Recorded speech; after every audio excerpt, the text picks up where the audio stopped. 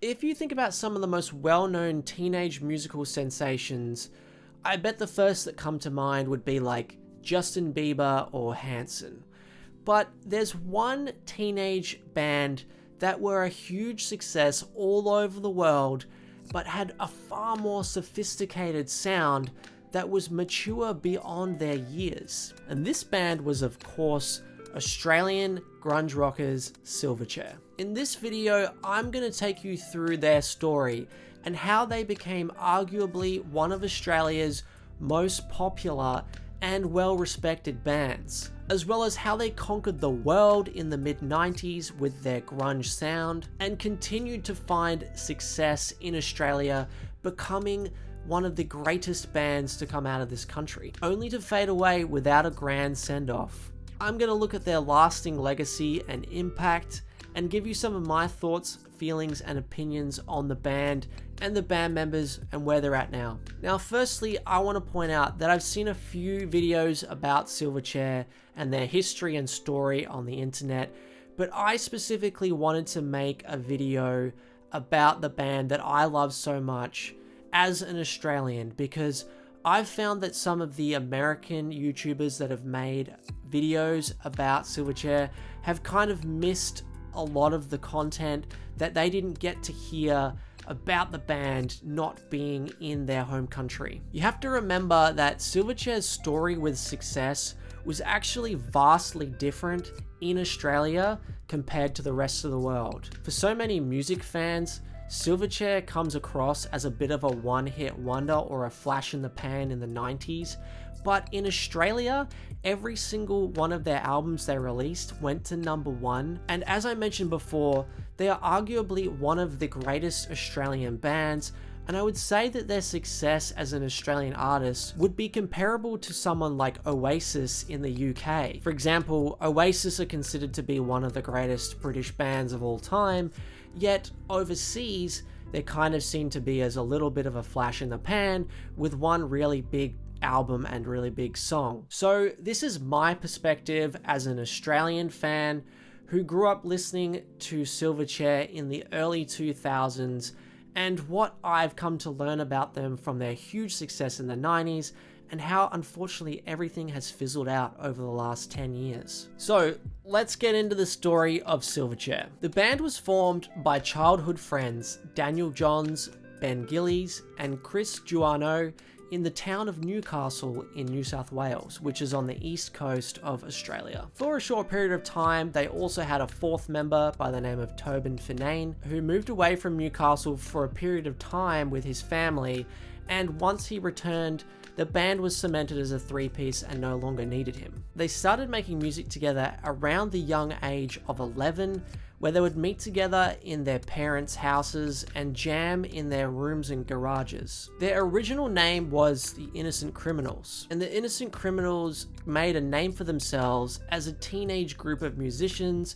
who played a lot of band competitions around the Newcastle scene, as well as talent shows, which you could imagine, you know, kids kind of got involved in. But their big break came in 1994, when they won an Australia-wide competition called Pick Me, which was being run by an SBS channel program called Nomad that connected with Triple J to find the next best up-and-coming band in the country, with a prize of winning a recording session and having a video filmed of them. The Innocent Criminals won this competition with a demo of one of their earliest songs called Tomorrow that they sent in, which was a very rough but still quite magical demo.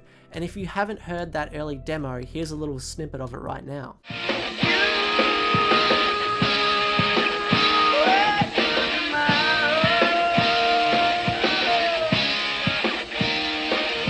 The original was actually more of a 6-minute epic, but there were some people in the background who helped trim it down to make it more concise, which essentially won at the competition. So with the prize of a professional recording, they got together to record a better version of their song Tomorrow, as well as a video to go with it.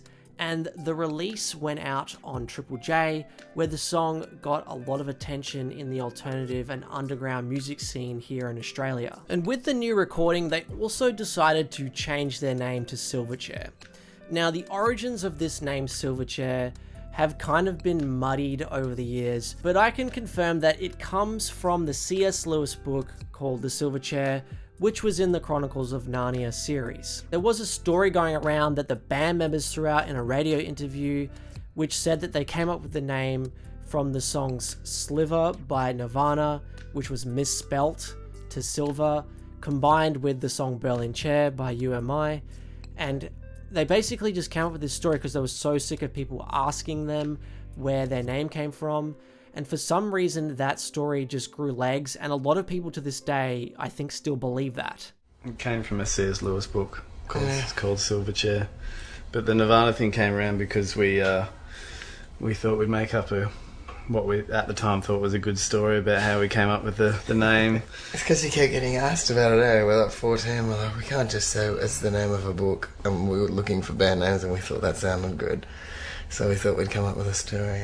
So their song Tomorrow, which was also included on a debut EP, spent 6 weeks at number 1 on the ARIA charts and proved to be a huge breakout success for this band, despite the fact that they were only, I think, 14 years old. And I think this is the first time that I've got to make a comment on how special this band is, because that song in particular, Tomorrow, is a beautiful piece of musicianship, which sounds way better than anything I could imagine any other 14-year-old kid to be able to write. The maturity in the lyrics, the composition, the way it's played, sounds like a bunch of 30-year-olds who've been playing their whole life.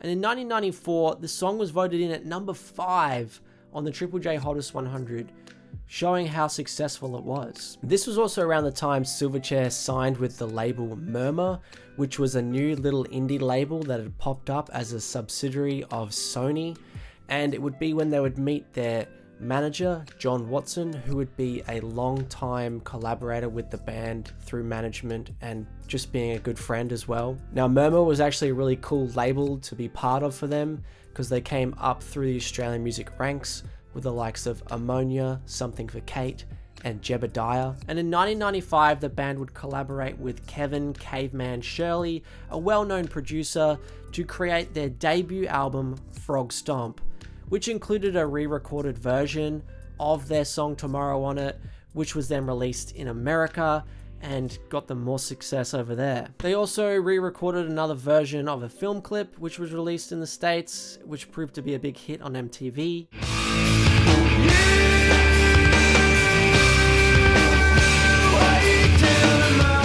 And the album debuted at number 1 in Australia and New Zealand. So once the re-recorded version of the single Tomorrow hit American radio stations, it became such a huge success for a few reasons.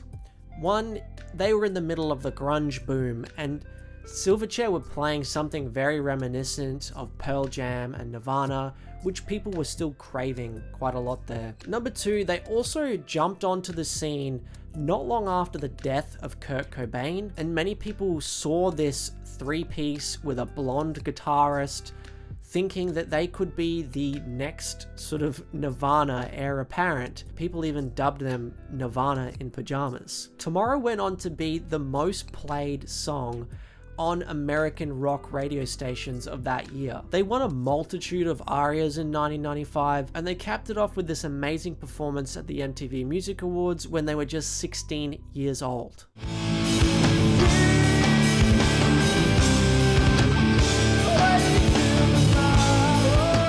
In 1996, they were then invited to tour with the Red Hot Chili Peppers, still being underage with their parents accompanying them on the tour. And now they were firmly cemented as one of the biggest up-and-coming rock bands, not just in Australia, but in the world. So back home in Australia though, and in Newcastle, things started to shift for the band as their public figures grew bigger and bigger. Now, they were still high school students, and at the time, Newcastle in particular still had a little bit of that country feel to it, and was not really the sort of place that you would imagine worldwide stars just popping out of. So the band had the first experiences with paparazzi, where they would follow Daniel Johns going to school and take pictures of him, and they were starting to experience child stardom for the first time, with all the good things and unfortunately bad things that come with it.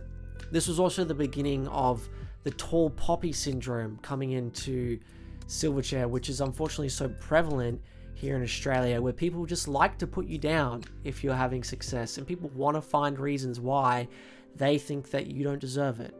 And Daniel has been quite vocal in explaining how bad this was for his mental health, where people would just say horrible things to him, like, you know, Silverchair sucks, when they were just like driving their car past and saw him in the street. And in 1997, the band came back together to record and write their follow-up album, which was called Freak Show. Now, these songs were far darker and I think were more influenced by the negative things that were going on in Daniel and the band's lives, where the tall poppy syndrome was becoming very annoying, being a child celebrity was really getting on their nerves, and some of the highlights from this album were very dark songs like Freak, of course, which was a huge success in Australia, and once again, another pretty big success overseas.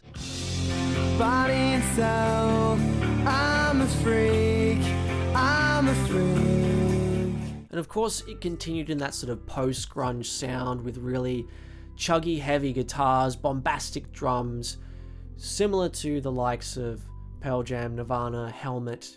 You know what I'm talking about. And this album in particular really cemented them as essentially Australia's favourite band. Now, at the time in the late 90s, I must admit I was not around, but I've gone back to look at interviews and to read stuff about Silverchair, and from what I can see and from what I can interpret, Silverchair were like stars, and they were like heartthrobs as well, like how you would imagine a boy band would be received now. Check out some of these interviews where there's just like girls screaming after them in the background.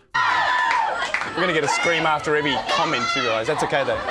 So are you enjoying the house band thing? Oh yeah, it's great. You like? Yeah. A possible career option? Yeah, actually. It's a good career option, I think. Once again, you would have to think that this wasn't very good for the mental health of the band and was probably giving them a little bit of a false sense of, you know, what life is about. Remember, they're still teenagers at this point, and I think pretty much like finishing high school. And in late 97 and 98, the band settled back home and took some time away from music to transition out of high school and into adulthood. And unfortunately, this was the time where Daniel's mental health really started to deteriorate. Being the frontman of a very successful rock band all over the world can have a mental toll on you, especially when you're the one that's the focal point. He started to experience anxiety and anorexia, although at the time he did bottle this up and didn't come out publicly about it. And to kind of deal with it, unfortunately, Daniel locked himself away in his parents' house and just bottled things up, but still tried to work on writing new music. And as he prepared to show this new music to his bandmates, he kind of took things in a little bit of a different direction. For starters, the last two albums, Daniel and Ben were kind of co-collaborators when it came to writing music, but on this occasion, he really wanted to kind of just take control himself and make the music on his own terms and present it to the band members to see what they thought about it. Apparently, he was really nervous about doing this and wasn't sure how the band members would receive his music, but ultimately, when he showed them what he was working on for their third album, they loved it, and they came together to add their parts to what Daniel had created to put out their third album called Neon Ballroom in 1999. Now, this was a really interesting release for a few reasons. Okay, so I want to just start by saying Neon Ballroom is actually my personal favorite Silverchair album. Now, that is a controversial statement, and I know people in the comments are going to be disagreeing with me. Feel free to write what you want to there, that's okay. But That's what I think makes Silverchair such an interesting band to talk about, because there are a lot of varied opinions of their music, and let me kind of dive into that right now. So the first two Silverchair albums were very much grunge and grunge rock, and over time their music changed. Neon Ballroom was the first sign that Silverchair were changing, and a lot of heavy music fans did not like that. And look, that's okay, everyone has their own tastes, but for me, I personally like all of Silverchair's albums, and what I like a lot about Neon Ballroom, I think it captures a lot of the good stuff of where Silverchair came from and where they were going, which ultimately I'll talk about later, but was more of kind of like an art rock direction. So Neon Ballroom was the first album that we saw different instruments popping up. We saw piano, which was actually played and recorded by a famous musician, David Helfgott. We saw strings come in to some of the songs, such as Emotion Sickness and Paint Pastel Princess. Daniel's lyrics and the way he was singing was a little different. It was less grungy, less kind of like Yarly, grungy type singing, and more kind of emotive singing.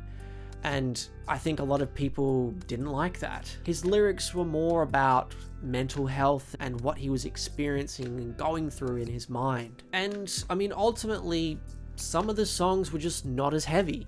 Like Anna's song, for example, which was ultimately one of the most successful songs to come out of this album. Open fire, on my knees, down on my knees. And this is where we saw quite a big divide happening in the fan base, and we still see it to this day. I can't count the amount of times I've seen comments on things about Silverchair where people just go, oh, they sucked after Freak Show, oh, Frogstomp is their only good album, they started getting bad, I couldn't listen to anything after Freak Show. And look, like I said before, I know there's people out there who have their likes and dislikes, but really, come on guys. Neon Ballroom, in my opinion, is a terrific album, and the songwriting is just exceptional. I could see criticisms for some of the songs. Now, I know some people really don't like the lead single, Anthem for the Year 2000, and I get why people might not like it because they think it's too cheesy, but I personally like this song because I think it's deliberately trying to be cheesy. It was kind of almost supposed to be like a We Will Rock You sort of song, but, you know, tongue-in-cheek and trying to be, you know, over the top at the same time. And I really like the fact that this album was so heartfelt. That's why I really connect with it. I just think the lyrics that Daniel came up with were just so beautiful and so open to explaining how he was feeling, and it was immense insight into his anxiety and anorexia. Now, this was also the first album where popularity started to wane overseas. It was still a huge success in Australia,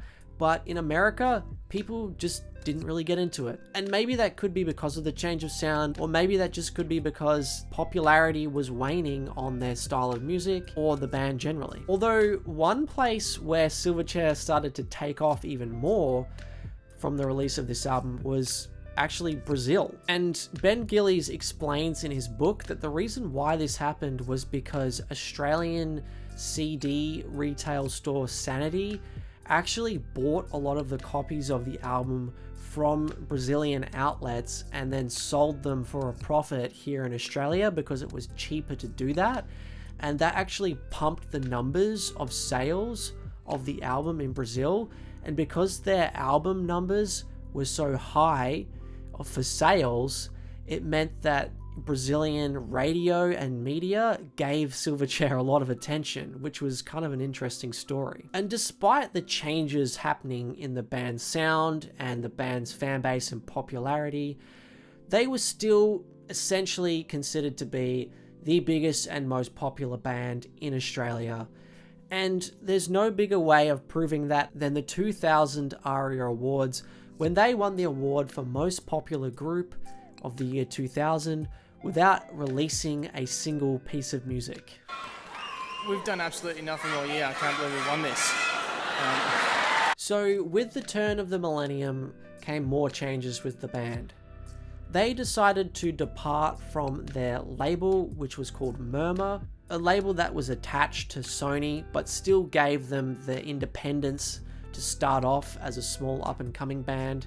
I guess they realized that they were just kind of past that and they wanted to connect with someone a bit bigger. So they signed with an American company called Atlantic, and for Australian releases, they created their own label called 11. So they still had control of what was happening with their releases here in this country. So in the lead up to writing their fourth album, Daniel explained in his podcast that he was getting really into kind of sludgy stoner rock at the time. I guess he says bands like Caius were a big influence on him, and he actually recorded an entire album full of these sludgy stoner rock songs that he was preparing to record more professionally. But at the same time, he was also getting into a very different type of music, and that was film scores. Daniel essentially became extremely influenced and inspired by film scores such as the Wizard of Oz soundtrack and other classical music. And he decided he wanted to take his artistic output in that direction. So he actually deleted his entire set of demos that he recorded of that sludgy sound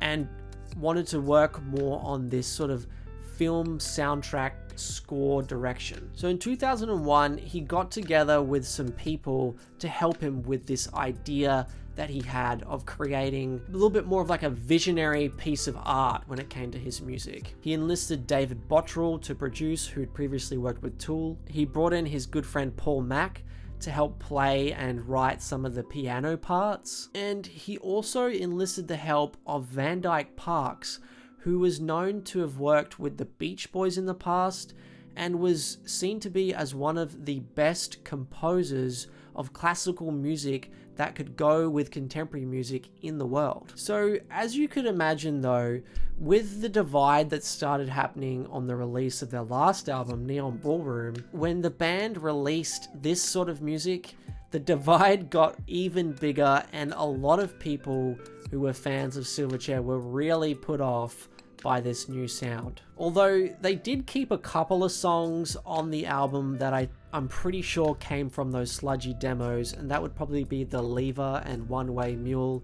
If you listen to those songs, they definitely sound kind of, you know, a little bit different to the rest of the orchestral inspired stuff. And when Diorama was presented to the American label Atlantic, they were shocked and they did not know what they had got into when they signed Silverchair to put out music, because I guess they were expecting like another sort of Pearl Jam sounding album.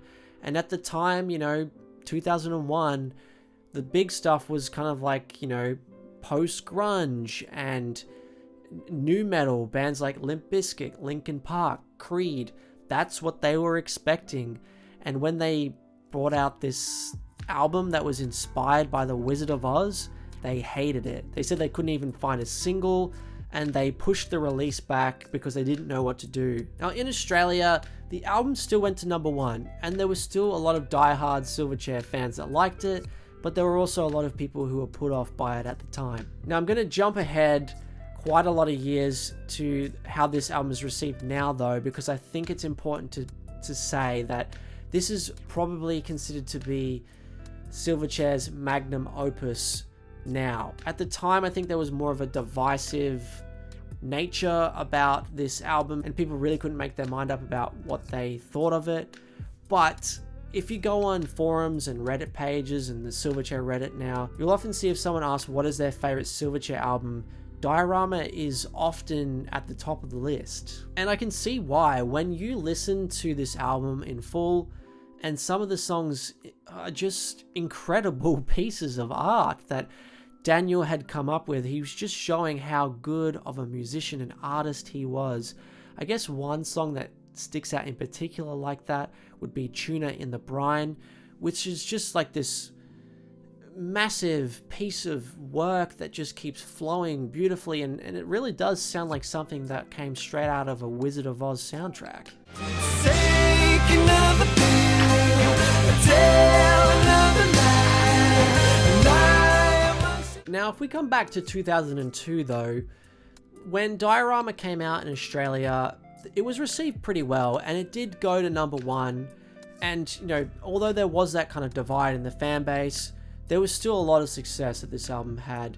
Although after the year kind of passed that it was out, the popularity of it waned a little bit up until the ARIA Awards that they were invited to perform at, when Daniel was actually quite unwell. He had reactive arthritis and his body was just not working. I don't know, due to anxiety, stress, poor health. He was probably, you know, in a very bad way, but he soldiered on, and him and the band performed the lead single from that album, which was The Greatest View, a song that kind of hit back at the band's detractors and those pointing the tall poppy finger at them.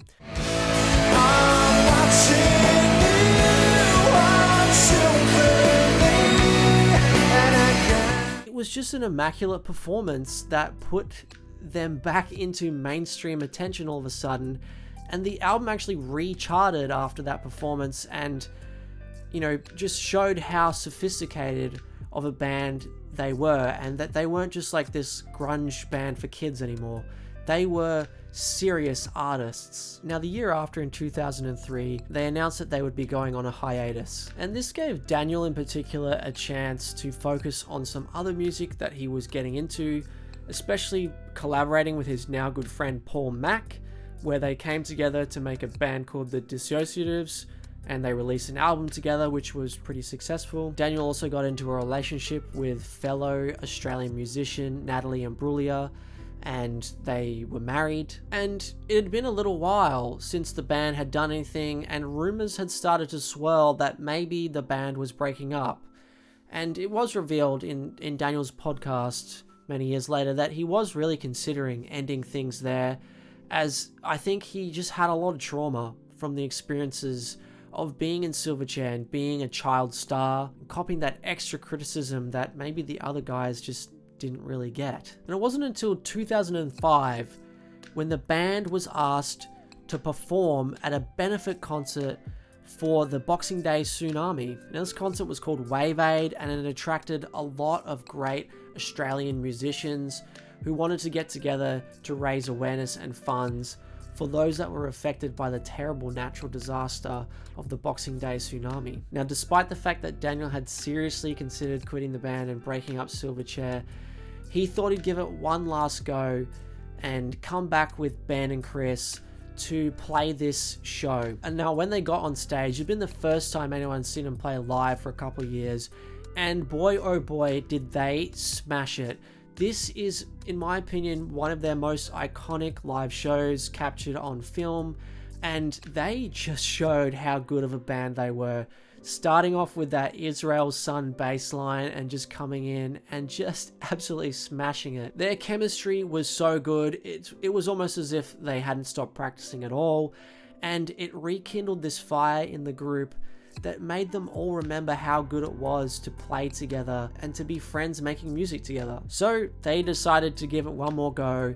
They got back together to work on recording their 5th album. So in 2006, they started recording this 5th album, and they enlisted the help of some people that had been around them before, such as Nick Launay, who'd done the work on Neon Ballroom. Daniel was also collaborating with some other people such as Julian Hamilton, who you might know from the presets, and also Luke Steele, who at the time was in the Sleepy Jackson, and of course Paul Mack. Now, for this album though, with the experience of Atlantic on their last release, they just decided to self-fund it. And the recording process was apparently quite volatile. Daniel really wanted to just throw everything on the wall with this one and just hope that it would all stick, and I think in his mind he was thinking that it would, but people were worried that it was just becoming too much. Well, despite this though, he was certain he would make money back because of one song in particular,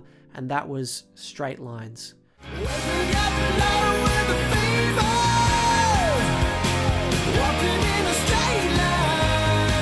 And boy oh boy was he right, because Straight Lines was the most successful song to come out in 2007 in Australia, and was just loved by everyone who heard it commercially on the radio stations. It was actually their first song to hit #1 in Australia since Freak in 1997, and just cemented them once again as Australia's biggest band. It hit #2 in the Hottest 100 of that year as well. It is probably the most unfairly criticized Silverchair song. And it goes back to what I was saying before about the divided fan base. And there are just some people really clinging on to the fact that Silverchair's later music doesn't have thick, chuggy sounding guitars in it. Straight Lines was just a brilliant pop rock song. And although, yeah, it does have piano in it, and it sounds slightly more something like Coldplay would put out, I don't care. It's a great song. It's super catchy. It's just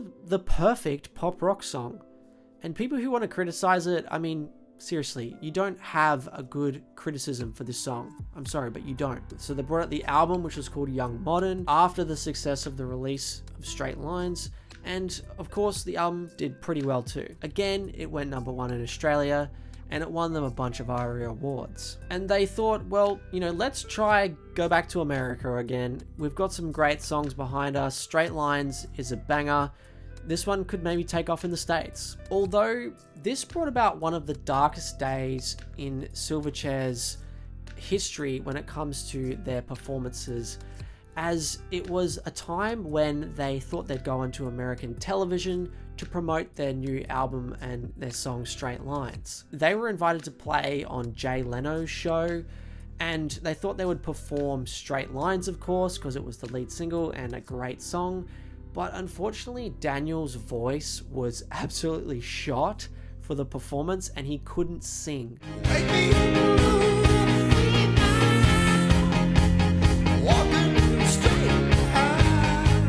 For whatever reason, he didn't decide to call it off, and he performed very poorly on that show, and I don't think that it was a good promotion for their song or their sound or their return to America at all, for that matter.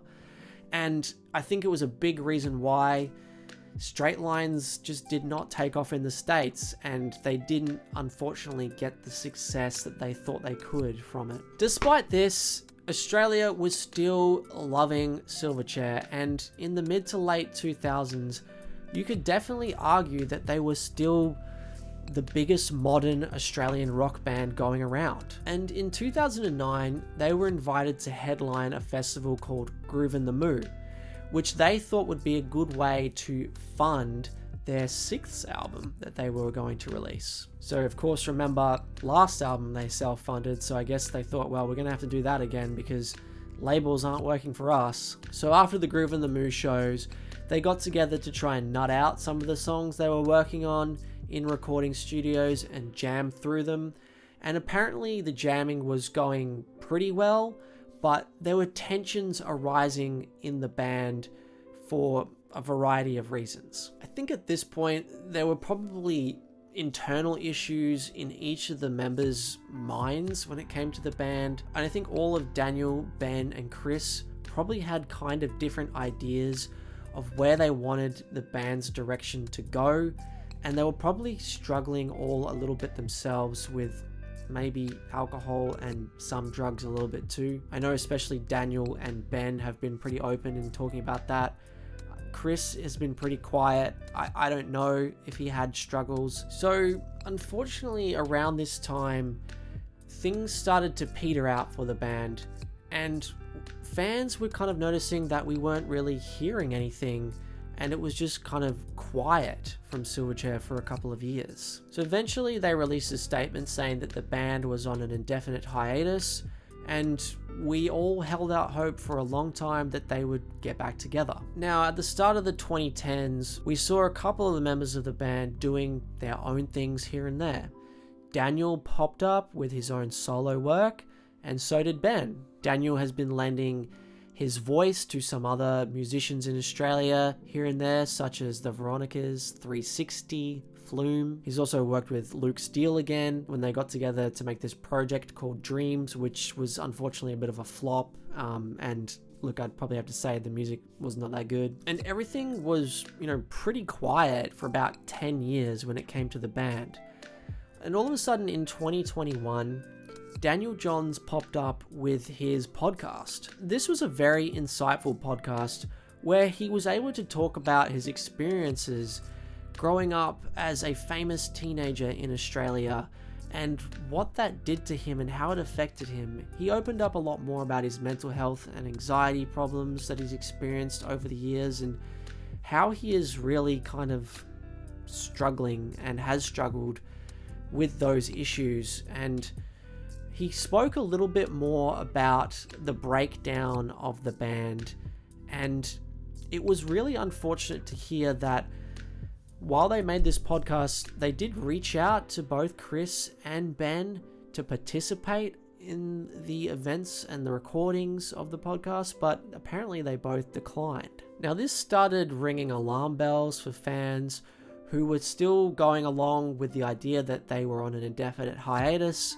holding out hope that they would get back together one day. But the podcast all but confirmed that the band had just ultimately fizzled out, and you would eventually have to say has broken up.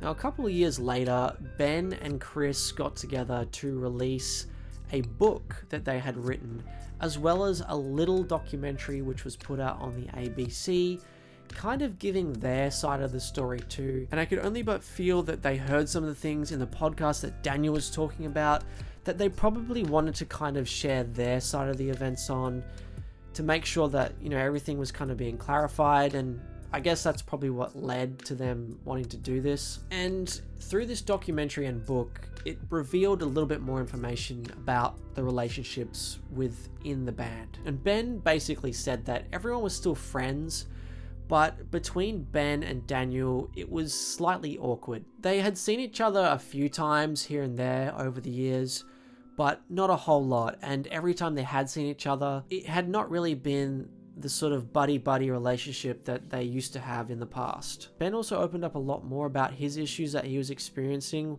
with drugs, particularly in the kind of like mid to late 2000s, in that young modern era. And he really had to overcome some quite deep issues with drugs and alcohol, and I believe he is sober to this day, so that's really good to hear. And Chris's side of the story was kind of sad for different reasons.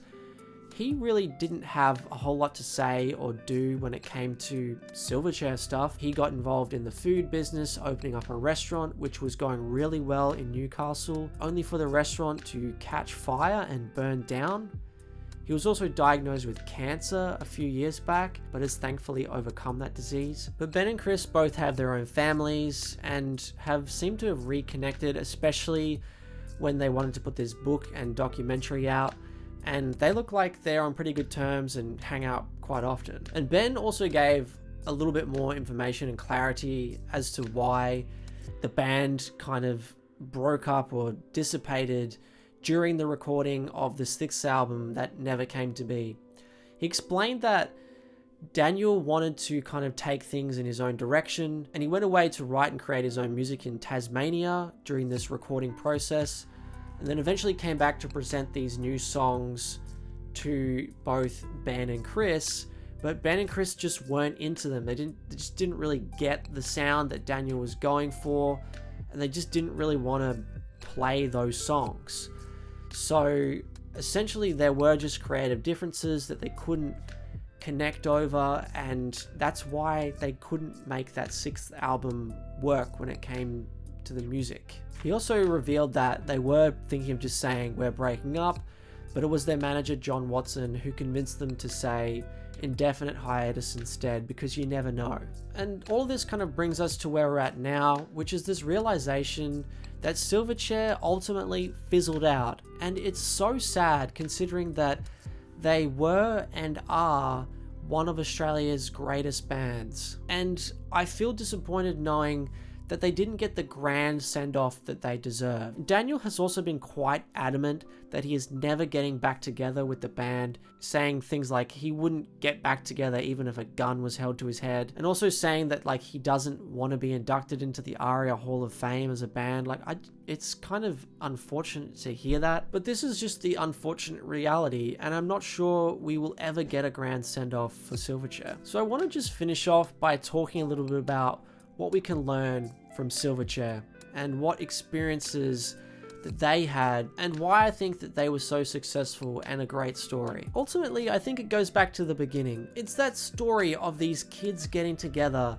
in their parents' garage and jamming out. It's a relatable teenage dream that I think every young music fan or musician has gone through. You know, every 10 or 11-year-old kid playing on his guitar, imagining that one day I'm going to be that one on the stage playing that guitar solo or singing that great song with everyone singing it back to me.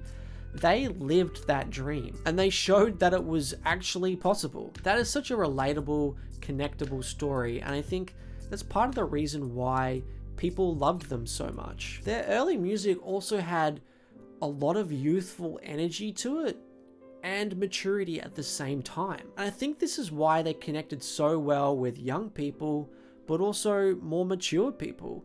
Like, they were 15-year-old kids playing shows where probably 30 and 40-year-old dudes were rocking up. And another big reason why I think that they were so successful and people loved them so much was because they ultimately just made excellent music. Daniel Johns, in particular, was a brilliant songwriter, and I would even go far as saying that Daniel Johns is potentially one of, if not the best Australian songwriters of this generation. I also think that Silverchair's story, and in particular Daniel Johns' story, sheds light on the issues of being a child star. Now, people in the media sometimes interview child stars like your Macaulay Culkins and people like that, and sometimes we hear like psychologists talking about the problems that they have in their lives now, and it's often thrown around this theory that when you become famous and you're a kid, you don't really mature past that age you started to become famous. And for Daniel and the band, that was kind of like, 14 years old. So if that psychology is true, then Daniel, Ben, and Chris potentially would have really struggled to grow past that sort of level of 14-year-old maturity. And I think Daniel Johns in particular could even be described as Australia's Peter Pan. And I think ultimately this brings us to one great question overall, and that is it worth it? Is it worth going through that Peter Pan syndrome, the anxiety, the pressure, the tall poppies? Is that all worth the success that Silverchair had? I don't know the answer to that, and I don't know if I have a solid opinion on that either, because I can't imagine my life without these great songs from ultimately one of my favorite bands. I can't imagine growing up not having Straight Lines playing on my radio. I can't imagine not owning my copy of Neon Ballroom on vinyl that I love to play and listening to Tomorrow when it blasts through my speakers, or playing the riffs on my guitar. They're so embedded in my life that I would struggle to say that I would not want them to be in my life. So although Daniel had to go through torture, and Ben and Chris too, it meant that we have been exposed to some amazing music. I'm gonna have to finish on this point, and it's that, look, everyone wants Silverchair to get back together one last time. Even the whole divided fan base would agree on that, I think. Wouldn't it be great if they got back together one last time to just like perform at the ARIA Awards or something and be inducted into the Hall of Fame there, and just play Freak one last time, or just play like Tomorrow one last time, or just one song, and that would be it. That would be the closure that all of us fans would want. But will that ever happen? From the things that have come out in the last couple of years, unfortunately, I don't think so right now. But am I putting a line through it? no, I'm still holding out the tiniest slither of hope that they will come together one last time for something, please. But who knows if that will happen. I don't know. But hey, you know what would be really cool is if one of the band members randomly stumbled across this video and saw it and saw the impassioned pleas from people like myself and other fans just to get back together one last time for one performance of one song, and that kind of motivated them to do that. That would be cool, but that's also a bit of a pipe dream. Anyway, I'm going to wrap this video up, so thank you so much for watching, and I hope you learned something about Silverchair. If you want to chuck a comment in about anything that I said that maybe I got a detail wrong of here or there, feel free to. If you want to add some more information or opinions, go ahead. I want the discussion to happen. I'm sure if you're clicking on this video, you're a Silverchair fan like me too, so let's just celebrate the band and the music they put out. And thank you so much for watching. Like and subscribe if you want to see more of this sort of stuff. Thanks, bye.